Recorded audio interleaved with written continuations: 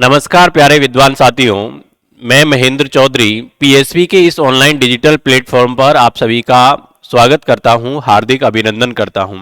दोस्तों, आज जो सीईटी की जो परीक्षा हुई है जिसमें प्रथम पारी में जो मैथ्स और रीजनिंग के आपसे प्रश्न पूछे गए हैं उन प्रश्नों को अपन आपको बताने वाले हैं।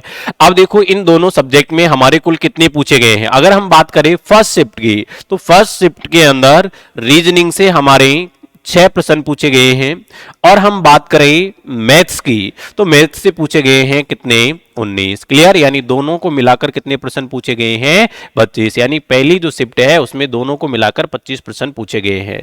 तो देखते हैं हम कि रीजनिंग और मैथ में किस किस प्रकार के प्रश्न पूछे गए हैं। हालांकि जो लेवल था परीक्षा का वो ठीक ठाक था। रीजनिंग का वैसे बिल्कुल नॉर्मल था, मैथ का लेवल न बिल्कुल हार्ड था और ने ज्यादा नॉर्मल था, यानी ठीक ठाक था। जो 12वीं के स्तर से जो लेवल आना चाहिए वास्तव में वही लेवल रखा गया है, यानी पेपर का लेवल जो मैथ्स और रीजनिंग का है वो इतना ज्यादा जटिल नहीं था। क्लियर है, तो देखते हैं। तो देखो सबसे पहले जैसे हमारे पास में पहला प्रश्न है उसमें अपन से कह रहा है कि श्रेणी में अगला पद क्या है। तो देखो मित्रों, यहां अपन देखेंगे तो सबसे पहले हमको इनके नंबर याद होने चाहिए। जैसे सी आता है कितने नंबर पे बताऊं, 3 नंबर पे, ई 5 पे, एच 8 पे, एल 12 पे और ये हो गया कितने नंबर पे 17 पे। क्लियर है। अब देखो इसको हम देखेंगे तो यहां 3 से 5 तो बताओ कितना जोड़ रहा है 2, 5 से 8 बताओ कितना जोड़ा 3, 8 से 12 बताओ कितना जोड़ा गया 4 और यहां 12 से 17 बताओ कितना जोड़ा 5। तो अब किसकी बारी है 6 की। तो भाई 17 में 6 जोड़ेंगे तो कितना आएगा 23 और 23 पे क्या होता है डब्लू। तो इसका मतलब इसमें हमारा जो आंसर होगा वो क्या होगा डब्लू होगा। क्लियर है, तो इसमें आंसर हो गया क्या अपना डब्लू। नेक्स्ट देखते हैं। देखो अगर हम इसकी बात करें तो इसमें अपन से कह रहा है कि किसी सांकेतिक भाषा में ये क्लॉक को इस तरीके से कूटबद्ध करता है, टाइम को ये लिखता है और इसको इस तरीके से कुटित किया जाए। तो अपन से पूछा है कि उसी सांस्कृतिक भाषा में ये मूल एक को किस प्रकार से लिखा जाएगा। तो देखो मित्रों, यहां हम देखेंगे तो ये वाली जो कोडिंग है, यानी इधर 2, 2, 4 और 5, इधर भी 5 है, इधर 4, तो यहां भी कितने हैं 4 है। अब हम नंबर लगा के देखेंगे तो ये अलग अलग नंबर पे आ रहे हैं, इसका मतलब नंबर से नहीं बैठ रहा। तो ये वाली जो कोडिंग है मैंने आपको अच्छे से पढ़ाया था, ये है कौन सी कोडिंग, फिक्स कोडिंग है। कौन सी कोडिंग है, फिक्स कोडिंग है। अब फिक्स कोडिंग यानी ये जो सारे जो दिए गए हैं अपन को वो सब इन्हीं में से दिए गए हैं। तो देखो एम, एम कहां है, यहां पर तीसरे नंबर पर है एम। ठीक, तो m का कोड क्या होगा, तो m का कोड यहां तीसरे नंबर पे और तीसरे नंबर पे होगा क्या 7। तो इसका मतलब ये दोनों हमारे क्या हो गए, यानी ये दोनों गलत हो गए। यानी शुरू में m का जो कोड है वो आएगा क्या 7। क्लियर है। फिर इसके बाद में o, बताओ o यहां कौन से नंबर पे है, तो o है तीसरे नंबर पे। तो यहां देखेंगे तीसरे नंबर पे क्या है 2, तो ये हो गया 2। क्लियर। फिर इसके बाद में l, बताओ l कहां है, तो L ये रहा, L है दूसरे नंबर पे। तो यहां L का कोड क्या होगा दूसरे नंबर पे 4। फिर इसके बाद में E है, तो देखो E देखेंगे तो लास्ट में यानी यहां 9वें नंबर पर है, यानी E का कोड जो है वो क्या है 9 है। फिर इसके बाद में हम देखेंगे K, तो बताओ K का क्या है 5। तो ये हो जाएगा 72495, यानी ऑप्शन नंबर डी हमारा क्या होगा आंसर होगा। क्लियर है। नेक्स्ट देखते हैं। देखो इसमें यानी अपन से कैलेंडर और कैलेंडर में आपको पढ़ाया था तो देखो अपन को दे रखा है कि 5 जनवरी 2020 को कौन सा वार था, रविवार। ठीक है, 24 जनवरी 2022 का हमको बताना है। तो देखिए मित्रों, ये 5 जनवरी यानी सबसे पहले हम बात करते हैं तो महीना दे रखा है किसका है, जनवरी का है। और जनवरी की भी तारीख कौन सी है भाई 5 जनवरी है। तो यहां देखो जो तारीख है वो दे रखी है अपन को कौन सी 5 जनवरी और ये है कौन सी 2020। ठीक, अब यहां हमको जो वार ज्ञात करना है वो बताओ किसका ज्ञात करना है, यानी देखते हैं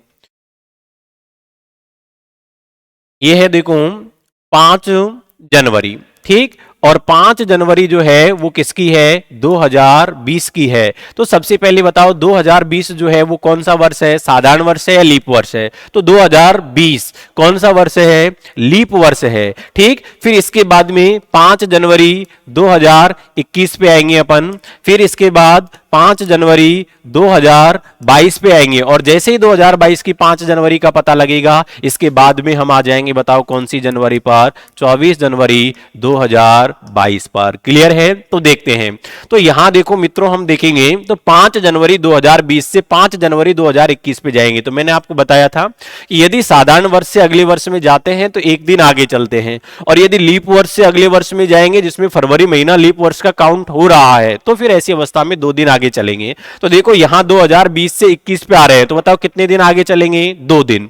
अब यहां इसने साफ साफ दे रखा है कि भाई यहां वार है कौन सा, यहां है रविवार। तो बताओ यहां रविवार से 2 दिन आगे, एक दिन आगे चलेंगे तो सोमवार, दूसरे दिन आगे चलेंगे तो यहां पर होगा कौन सा, मंगलवार। क्लियर है?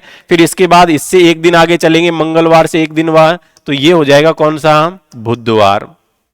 ठीक है, तो यानी 2022 को कौन सा हो गया, बुधवार हो गया 5 जनवरी को। अब हमको ज्ञात करना है कौन सी जनवरी का, 24 जनवरी का। तो देखो आपको पता है कि 7 दिन के बाद वापस वही वार आ जाता है। तो भाई 5 में अगर मैं 7 जोड़ूंगा तो 5 में 7 जोड़ूंगा, बताओ कितने हो गए, 12। इसका मतलब 12 जनवरी को भी कौन सा वार होगा, बुधवार होगा। फिर 12 में मैं 7 जोड़ूंगा तो बताओ 12 में 7 जोड़ूंगा तो 19 जनवरी को भी कौन सा होगा, बुधवार। फिर 19 में भी मैं 7 जोड़ूंगा तो बताओ कितनी तारीख हो जाएगी, यानी 19 में 7 जोड़ूंगा तो 26, यानी 26 जनवरी को भी कौन सा वार होगा, बुधवार। लेकिन हमको तो कौन सी जनवरी का ज्ञात करना है, 24 का। तो भाई 26 से 2 दिन पीछे आ जाएंगे, तो एक दिन पीछे आएंगे, बुधवार से एक दिन पीछे आएंगे, बताओ कौन सा वार होगा, मंगलवार। फिर यानी 25 को मंगलवार होगा, 24 को कौन सा होगा, तो 24 को होगा सोमवार। तो 24 जनवरी 2022 के दिन बताओ कौन सा वार होगा, सोमवार होगा। क्लियर है? या फिर यहां 19 से आगे चलना तो अभी हमारा क्या आएगा, सोमवार। कैसे भी हल करो तो आंसर क्या होगा, सोमवार। तो बताओ आंसर क्या हो गया, ऑप्शन नंबर डी। क्लियर है? नेक्स्ट देखते हैं। अब देखो प्रश्न नंबर 4 में वैसे हमको ब्लड रिलेशन जब अपन ने पढ़ाया था तो इस टाइप के अच्छी तरीके से समझाए थे। तो यहां देखो आपको संबंध दे रखा है, ये प्लस माइनस गुणा भाग, इसमें इसका संबंध ऐसे दर्शाता है, यानी m प्लस अर्थ का अर्थ है कि l जो है वो m का क्या है, भाई है, और यहाँ l माइनस m का अर्थ l m का क्या है, पुत्र। इस तरीके से संबंध देगा। और हमसे पूछ रहा है कि निम्नलिखित में से किसका अर्थ है कि r t की क्या है, माता। यानी अपन को ये बताना है कि ये जो r है वो t की क्या होनी चाहिए, माता, ये हमको बताना है। यानी r और ये r जो है वो t की क्या होगी, माता। ये संबंध किसमें है वो बताना है। तो यहां देखो, यानी जैसे जैसे चिन्ह अपन को दे रखे हैं, यानी यहां है चिन्ह किसका, भाग, और भाग का मतलब क्या है कि l m की क्या है, पत्नी। यानी a की पत्नी हो गई यहां पर कौन, तो a की जो पत्नी है वो हो गई कौन, r। क्लियर है? फिर इसके बाद में माइनस, देखो माइनस का अर्थ है कि ये इसका पुत्र है, यानी एल एम का क्या है, पुत्र। यानी एस का ये ए जो है यहां पर वो क्या हो गया, पुत्र। ठीक है?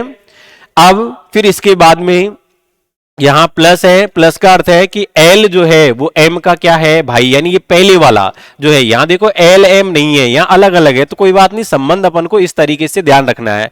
तो ये हो जाएगा, यानी S ये प्लस है तो यानी L M का भाई है, ये वाला हो गया इसका भाई। क्लियर? अब देखो यहां इसकी माता होनी चाहिए, तो ये पुत्र की पत्नी है, तो बताओ इसकी माता होगी क्या। क्लियर है? तो यानी इसका मतलब ये नहीं होगा, तो हमारा आंसर कौन सा आएगा, ऐसे अगर अपन संबंध बिठा के देखेंगे तो हमारा आंसर हो जाएगा कौन सा, ऑप्शन नंबर सी। क्लियर है? नेक्स्ट देखते हैं।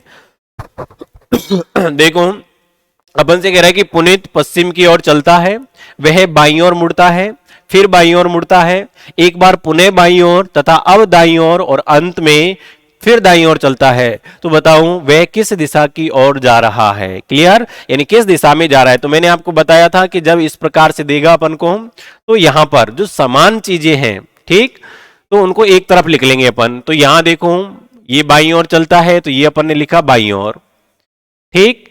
फिर इसके बाद फिर बाईं ओर, तो फिर अपन ने लिखा बाईं ओर, ठीक है।